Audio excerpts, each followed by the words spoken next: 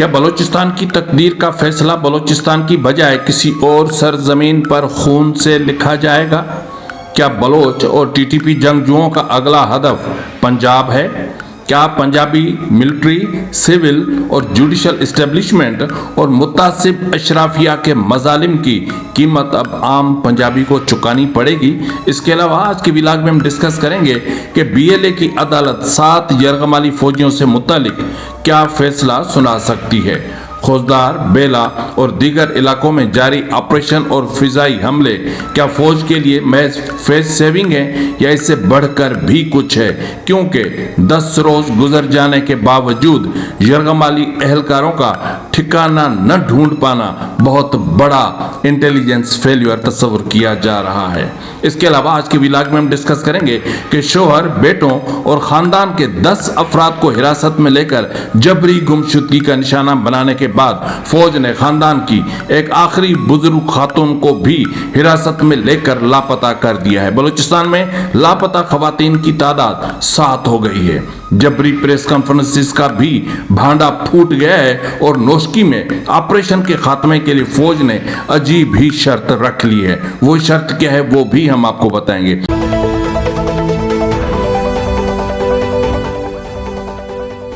بسم اللہ الرحمن الرحیم۔ السلام علیکم ناظرین، یہ فروز این بی نیوز، میں ہوں آپ کا میزبان نواز بھٹو، ایک نئے ولاگ کے ساتھ آپ سے وہی گزارش کہ ابھی تک اگر آپ نے میرے چینل کو سبسکرائب نہیں کیا تو کر لیں، آپ بھی کریں، اپنے دوستوں اور رشتہ داروں سے کہیں کہ وہ بھی کریں، لائک کریں، شیئر کریں تاکہ میری ریچ میں اضافہ ہو اور میں آپ کی آواز بہت دور تک پہنچا سکوں۔ ناظرین، آپریشن ہیرو شروع ہونے سے پہلے جنوری کے اعداد و شمار کا اگر ہم جائزہ لیتے ہیں تو مجموعی طور پر صرف 82 یعنی 82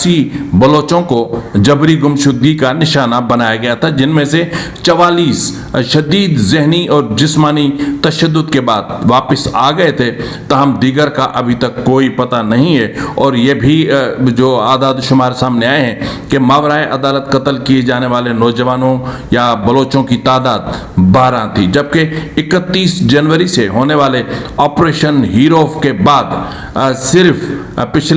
26 سے 27 دنوں کے اندر بلوچستان میں تباہی پھیل گئی، سی ٹی ڈی متحرک ہو گئی، ہر طرف جعلی مقابلے ہونے لگے اور 30 سے زائد بلوچ نوجوانوں کو کراچی سے لے کر بلوچستان میں ان کا ماورائے عدالت قتل کر دیا گیا۔ کہیں جعلی مقابلے ہوئے تو کہیں مسخ لاشیں پھینکی گئیں، تو یہ سلسلہ چلتا رہا۔ لیکن جو کراچی میں 4 افراد کو جعلی مقابلے میں سی ٹی ڈی نے قتل کر دیا تھا، ان میں سے ایک یعنی ہمدان بلوچ نوجوان 24 سالہ، اس کے جو ورثہ ہیں وہ کسی بھی دھمکی کو خاطر میں لائے بغیر ڈٹ کر کھڑے ہیں۔ انہوں نے جوڈیشل میجسٹریٹ کو زیر دفعہ 176 سی آر پی سی ایک اپلیکیشن داخل کرتے ہوئے انکوائری کی استدعا کی تھی۔ جوڈیشل میجسٹریٹ ملیر نے حماد بلوچ قتل کیس کے حوالے سے سی ٹی ڈی کو فوری طور پر حکم جاری کیا ہے کہ وہ کل جو ان کے پاس رپورٹ ہے وہ پیش کریں تاکہ انکوائری کے حوالے سے فیصلہ ہو سکے۔ لیکن جس طرح ابتدا میں نے آپ کی خدمت میں عرض کی تھی، شوہر اور بیٹوں کے علاوہ کے معاملے کی میں نے آپ سے بات کی تھی کہ کتنے لوگوں کو یرغمال کیا گیا، لیکن میں آپ سے اس سے پہلے آپ کو میں مختصراً بتا دوں کہ جو پریس کانفرنسز کا طوفان بلوچستان میں چل رہا تھا اس کے حوالے سے تقریباً 4 سے 5 خاندانوں نے اس چیز کا انکشاف کیا ہے کہ ان پر شدید دباؤ ڈالا جا رہا ہے کہ ہم کہہ دیں کہ ہمارے جو بچے جبری گمشدگی کا شکار ہوئے ہیں وہ دہشت گرد ہیں، وہ پہاڑوں پر چلے گئے ہیں، اور اگر ہم نے انکار کیا تو ہمیں ملک دشمن قرار دیا جا سکتا ہے، یا وہ ہماری زمینوں پر قرضے کر سکتے ہیں، قرضے اپنا زمینوں پر قبضے کر سکتے ہیں اور پھر ہمیں گھر بار سے محروم بھی کر سکتے ہیں۔ یہی وجہ ہے کہ آج خوزدار میں پھر ایک اور گھر کو بلڈوز کر دیا گیا۔ تو دوسری طرف نوشکی میں اہلیان نوشکی کو یہ دھمکی دی جا رہی ہے کہ نوشکی سے تب تک کرفیو ختم نہیں کیا جائے گا جب تک اہلیان نوشکی نکل کر سڑکوں پر آئیں اور سڑکوں پر آ کر پاکستان کے جھنڈے اٹھائیں اور پھر پاکستان زندہ باد کے اور پاک فوج زندہ باد کے نعرے لگائیں۔ اگر ایسا نہیں کریں گے تو پھر نوشکی سے کسی صورت جو ہے وہ کرفیو ختم نہیں کیا جا سکتا۔ تو یہ جو صورتحال چل رہی ہے اس کو آپ کیا دیکھیں گے, کیا کیا کہیں گے؟ یعنی آپ کو اگر جو ہے وہ انسداد دہشت گردی ایکٹ, بلوچستان ترمیمی ایکٹ جو ہے 2025, اس کے تحت آپ کو اندھا دھند اختیارات دے دیے گئے ہیں, تو اس کا مطلب یہ نہیں ہے کہ آپ پورے بلوچستان کو جس طرح چاہیں گے اٹھائیں گے, جس طرح چاہیں گے آپ انہیں جبری گمشدگیوں کا نشانہ بنائیں گے. ایسا ہی اس وقت ہو رہا ہے بلوچستان میں. جس طرح ابتدا میں نے آپ سے بات کی تھی کہ خزدار کا ایک علاقہ ہے گزگی, اور اس میں ایک گھر پر چھاپے کے دوران ایک معمر خاتون حیات بی بی ہیں, ان کو فورسز نے حراست میں لیا, اور حراست میں لینے کے بعد ان کو جبری طور پر گمشدگی کا نشانہ بنا دیا گیا ہے. اہل خانہ کو ان کے بارے میں کوئی اطلاع جو باقی بچے ہیں فراہم نہیں کی جا رہی. حیات بی بی کے شوہر فضل کریم اور 2 بیٹے نواز اور داد شاہ فیصل اس سے قبل مختلف اوقات میں خزدار اور ہب چوکی سے لاپتہ کیے جا چکے ہیں, جبکہ حال ہی میں یعنی 8 فروری کو ہب چوکی میں کارروائیوں کے دوران اسی خاندان کے جو ہے وہ مزید افراد عبد الرب, محمد رحیم, عبد الرزاق, عبد المالک, شاہ زیب, جہانگیر, شاہ میر اور نوروز کو بھی تحویل میں لے کر نامعلوم مقام پر منتقل کر دیا گئے تھے. مجموعی طور پر ایک ہی خاندان کے 11 افراد جبری گمشدگی کا نشانہ بنے ہیں. لیکن افسوس کی بات یہ ہے کہ وہ مطلب اس وقت بلوچستان میں آئین کی دھجیاں بکھیری جا رہی ہیں, آئین کو لانگ بوٹوں تلے لتاڑا جا رہا ہے, اس کو روندا جا رہا ہے.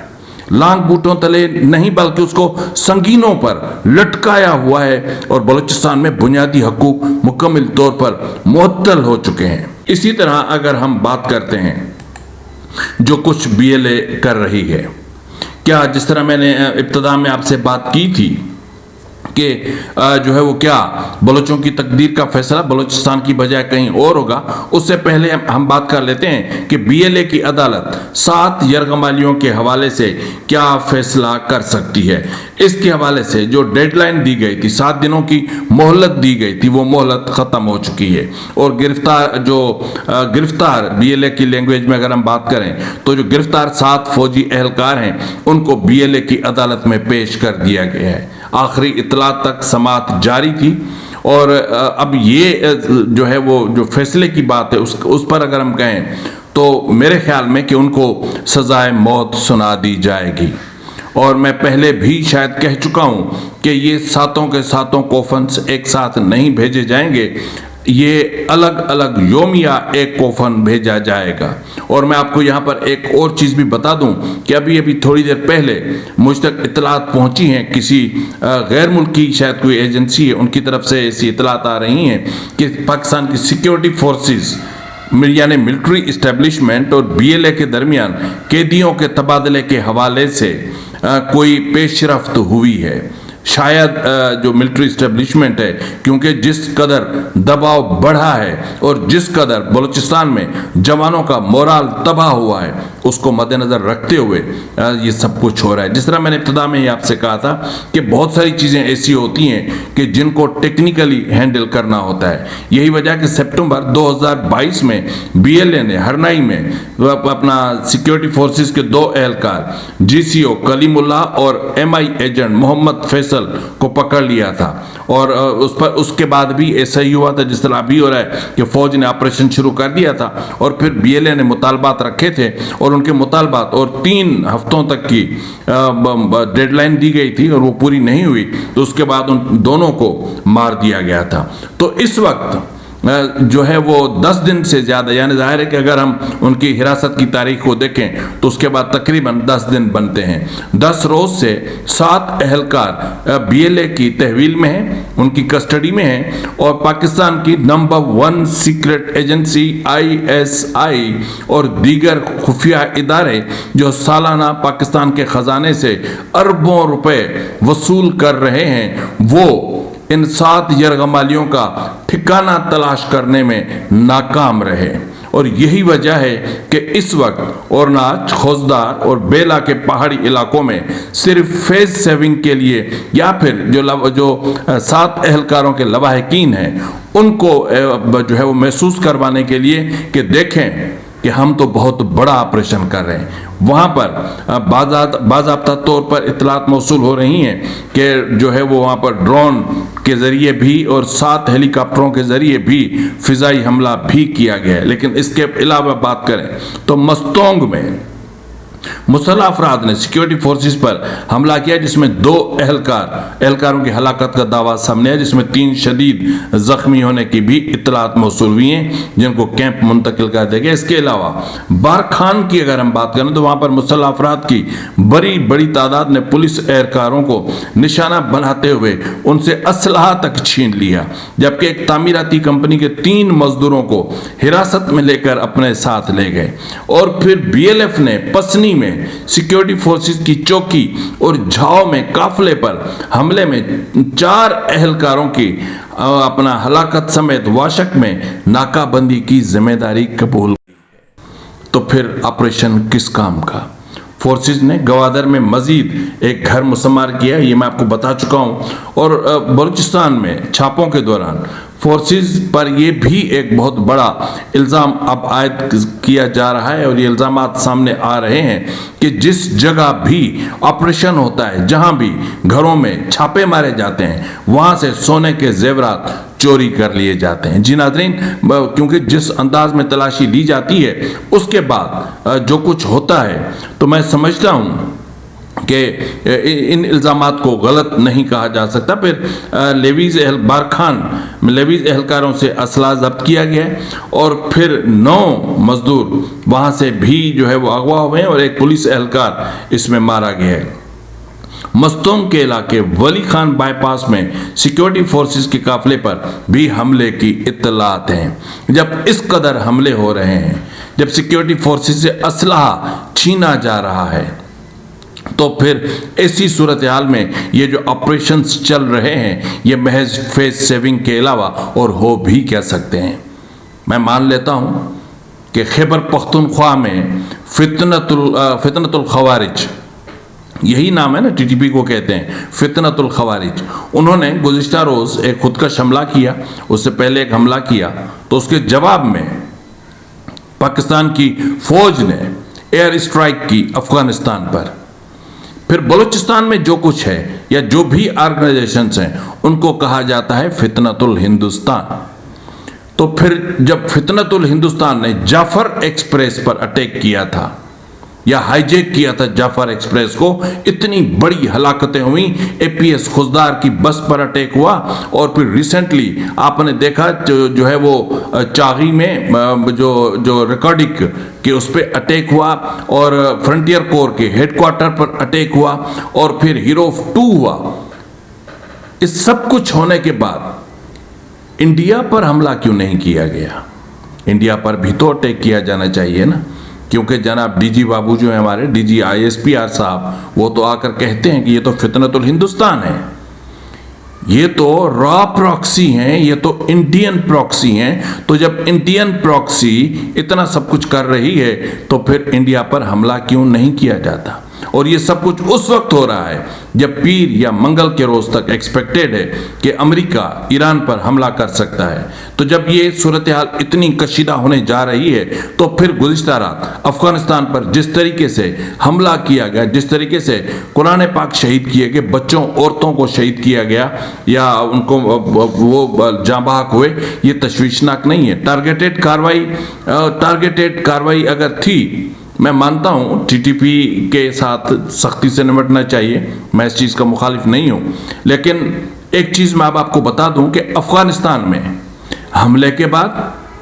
اور پھر جس طرح میں نے آپ سے بات کی تھی، ایک بات رہ گئی تھی مجھ سے کہ بلوچستان میں خواتین جو جبری گمشدگی کا نشانہ بنی ہیں، اب ان کی تعداد 7 ہو چکی ہے۔ حیات بی بی جس کو گزشتہ شب جو ہے وہ جبری گمشدگی کا نشانہ بنایا گیا، تقریباً پورا گھر یعنی 11 افراد یہ ایک بہت تشویشناک ہے۔ اس سمیت مجموعی طور پر 7 خواتین جبری گمشدگی کا نشانہ بن چکی ہیں۔ یہ میں بتانا اس لیے ضروری سمجھتا ہوں کہ دنیا کو پتہ ہو کہ بلوچستان میں خواتین بھی جبری گمشدگی کا نشانے پر ہیں۔ مہاجبین کو 29 مئی 2025 کو کوئٹہ سے، نسرینہ کو 22 نومبر 2025 ہب چوکی سے، فرزانہ کو 1 دسمبر 2025 خوزدار سے، رحمہ کو 9 دسمبر 2025 دالبندین سے، ہیرونسا کو 20 دسمبر 2025 ہب چوکی سے، اور فاطمہ بلوچ کو 13 جنوری 2026 ہب چوکی سے، اور حیات بی بی بلوچ 18 فروری 2026 خوزدار سے ان کو حراست میں لینے کے بعد جبری گمشدگی کا نشانہ بنایا گیا۔ تو جس طرح میں بات کر رہا تھا کہ جس انداز میں افغانستان پر ٹی ٹی پی کے معاملات کو لے کر حملہ کیا گیا ہے، تو ایسی صورتحال میں جو سچویشن بننے جا رہی ہے، یا جس انداز میں میں اسٹیٹمنٹس دیکھ رہا ہوں جو ہے وہ افغانستان حکومت کے، اس کو مد نظر رکھوں تو پھر مجھے ایسا لگتا ہے کہ حالات کوئی اور اشارے بتا رہے ہیں۔ وہ یہ ہیں کہ اب جس طرح میں آپ کو پہلے کئی بار بتا چکا ہوں کہ T T P, B L A اور بی ایل ایف کے درمیان ایک اتحاد ہو چکا ہے، اور ٹیکنالوجی کی جو تبدیلی ہوتی ہے، تبادلہ ہوتا ہے، وہ بھی، یا خرید و فروخت ہوتی ہے، وہ بھی ٹی ٹی پی کے ذریعے افغانستان سے ہوتی ہے۔ تو اس کے علاوہ اس وقت میں آپ کو بتا دوں، ایک تھوڑی سی ایک ٹویٹ ہے ایک بندے کا، میں وہ آپ کی خدمت میں رکھنا چاہتا ہوں، اس کے بعد ہم آگے چلتے ہیں۔ یہ ایک پاکستانیت کی آڑ میں چھپی پنجابی مینٹلٹی بلوچوں کے لیے کس قدر نفرت، تعصب اور بدترین نسل کشی کی تمنا رکھتی ہے، یہ ایک موٹیویشنل ہیں۔ ان کے جو ہے وہ، ان کا نام ہے جناب کا میاں عثمان، یہ ایک موٹیویشنل ہیں۔ انہوں نے ایک ٹویٹ کیا ہے، اس ٹویٹ میں جو الفاظ استعمال کیے ہیں وہ ذرا آپ سن لیں، تو اس کے بعد میں آپ کو بتاتا ہوں کہ کیا ہونے جا رہا ہے۔ انہوں نے اپنے ٹویٹ میں کہا ہے کہ پاکستان کی خاطر اگر 20-25 لاکھ حرامی بلوچ، اگر 20-25 لاکھ حرامی بلوچ ایٹم بم مار کر تلف کرنا پڑے تو یہ جراثیم دنیا سے ختم کر دیں۔ نسل انسانی بہت وسیع ہے، اس گندی نسل سے بہتر قوم جگہ لینے کے لیے آ جائے گی۔ یہ الفاظ یہ ایک موٹیویشنل کے نہیں ہیں، یہ الفاظ ہیں پنجابی اشرافیہ کے۔ جس طرح پنجابی جوڈیشل اسٹیبلشمنٹ نے بلوچوں پر انصاف کے دروازے بند کر رکھے ہیں، جس طرح سول اسٹیبلشمنٹ نے بلوچوں کی حق تلفی کر رکھی ہے، ان کے کوٹا کے مطابق ان کی ملازمتوں پر پنجابیوں کو بھرتی کر رکھا ہے، جس طرح پنجابی ملٹری اسٹیبلشمنٹ جو کچھ پاکستان میں کر رہی ہے، اس بنیاد پر میں یہ آپ کی خدمت میں ایک چیز رکھ رہا ہوں کہ جو مجھے محسوس ہو رہا ہے، کیونکہ اب ٹی ٹی پی ظاہر ہے کہ افغانستان پر اٹیک کا بدلہ لے گی تحریک طالبان افغانستان کی مدد کے ساتھ، طالبان حکومت کی مدد، اپنا افغان حکومت کی مدد کے ساتھ۔ تو ان دونوں، یعنی اب اگر جو ہے وہ 7 اہلکاروں کو سزائے موت سنائے جانے کے بعد اگر وہ ایگزیکیوٹ ہو جاتے ہیں، اور اس کے بعد پھر بلوچستان پر کوئی بھی فضائی بمبارڈمنٹ ہوتی ہے یا پھر کوئی بہت بڑا آپریشن مسلط کیا جاتا ہے، تو میں جہاں تک سمجھ رہا ہوں وہ یہ ہے کہ اب اس جنگ کا دائرہ بلوچستان کی حدود کے اندر نہیں ہوگا، اب یہ مرکز پنجاب ہوگا۔ ٹی ٹی پی بھی وفاقی دارالحکومت سے شروع ہوگی اور لاہور اور پھر پنجاب تک پھیلے گی، اور ادھر سے جو بلوچستان سے ملحقہ پنجاب کے علاقے ہیں وہ ٹارگٹ پر آ سکتے ہیں، اور بلوچستان کے مستقبل کا جو فیصلہ ہوگا، میں سمجھتا ہوں کہ اب بلوچستان کی سرزمین پر نہیں بلکہ بلوچستان سے باہر کی سرزمین پر خون سے لکھا جا سکتا ہے۔ ایسی فیلنگز آ رہی ہیں۔ جو کچھ ایک وقت میں پاکستان نے جو محاذ کھولے ہیں، ظاہر ہے کہ اب اس کو کاؤنٹر کیا جائے گا۔ تو ایسی صورتحال میں سے بچنے کا ایک ہی طریقہ ہے کہ سب کچھ ودرا کیا جائے، سب کچھ ختم کیا جائے، سب کچھ ختم کر کے ملٹری اسٹیبلشمنٹ کو بلوچستان سے غیر ضروری طور پر جو موجود ہیں وہاں پر ان کو پیچھے کیا جائے، آئین کو بحال کیا جائے اور پھر کانسٹیٹیوشنل ڈائلاگ شروع کیے جائیں، ایک آئینی مکالمہ شروع کیا جائے اور ایک پولیٹیکل ڈائلاگ، گرینڈ ڈائلاگ کا آغاز کیا جائے، تبھی اس صورتحال سے بچا جا سکتا ہے۔ بس صورت دیگر آنے والے دن پنجاب کے لیے میں دیکھ رہا ہوں کہ بہت ہی بھیانک ہے۔ فی الوقت کے لیے اتنا ہی، ملتے اگلے پروگرام میں، تب تک اجازت دیجیے، فی امان اللہ۔